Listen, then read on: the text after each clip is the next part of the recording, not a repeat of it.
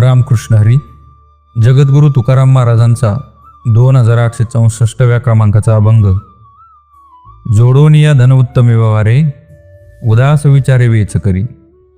उत्तमाची गती तो एक पावेल, उत्तम भोगील जीवखानी. परोपकारी नेने परनिंदा, परस्त्रिया सदा बहिणी माया. भूतदया गायी पशूंचे पालन, तान्हेल्या जीवन वना माझी.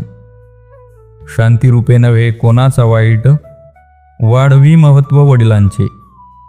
तुका म्हणे हेची आश्रमाचे फळ, परमपद बळ वैराग्याचे.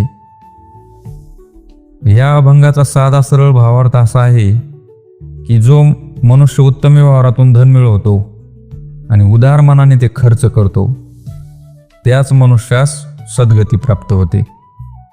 जो परोपकार करतो, जो परस्त्री आपल्या आई भगिनीप्रमाणे मानतो, जो पशूंचे पालन करतो, जो तहानलेल्यांना पाणी देतो, भुकेलेल्याला अन्न देतो, जो कुटुंबातील मोठ्या माणसाचं महत्त्व वाढवतो आणि त्यांचं नाव रोशन करतो, त्याच माणसाला मोक्षप्राप्ती होते.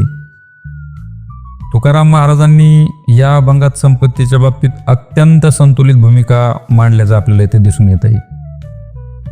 ते म्हणतात, कमाई करायची, पैसे मिळवायचे, धन जोडायचं, तर ते कसं? तर ते लोकांच्या माना मोडून नाही, कोणाला फसवून नाही, कोणासोबत बेईमानी करून नाही, तर ते निर्दोष व नैतिक व्यवहार करून संपत्ती मिळवायची.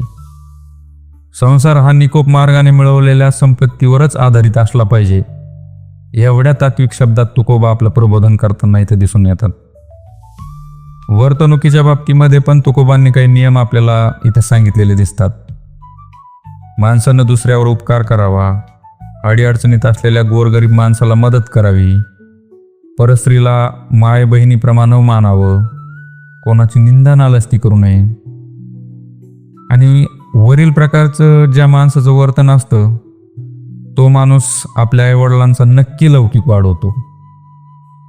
जेव्हा त्या माणसाला अमुक अमुक दाम्पत्याचा हा कर्तबदार आणि संस्कारी मुलगा आहे असं लोक म्हणतात, तेव्हा त्याच्या वाडवडिलांचा पण गौरव झालेला आपल्याला इथे दिसतो, असं तुकोबा आपल्याला एक प्रकारे सांगतायत.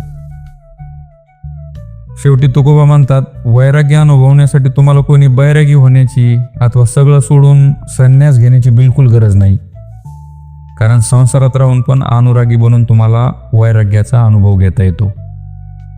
आणि जर तुम्ही संसारात राहून संयत जीवन जगत असाल तर हीच तर खरी वैराग्याची सर्वोच्च अवस्था आहे.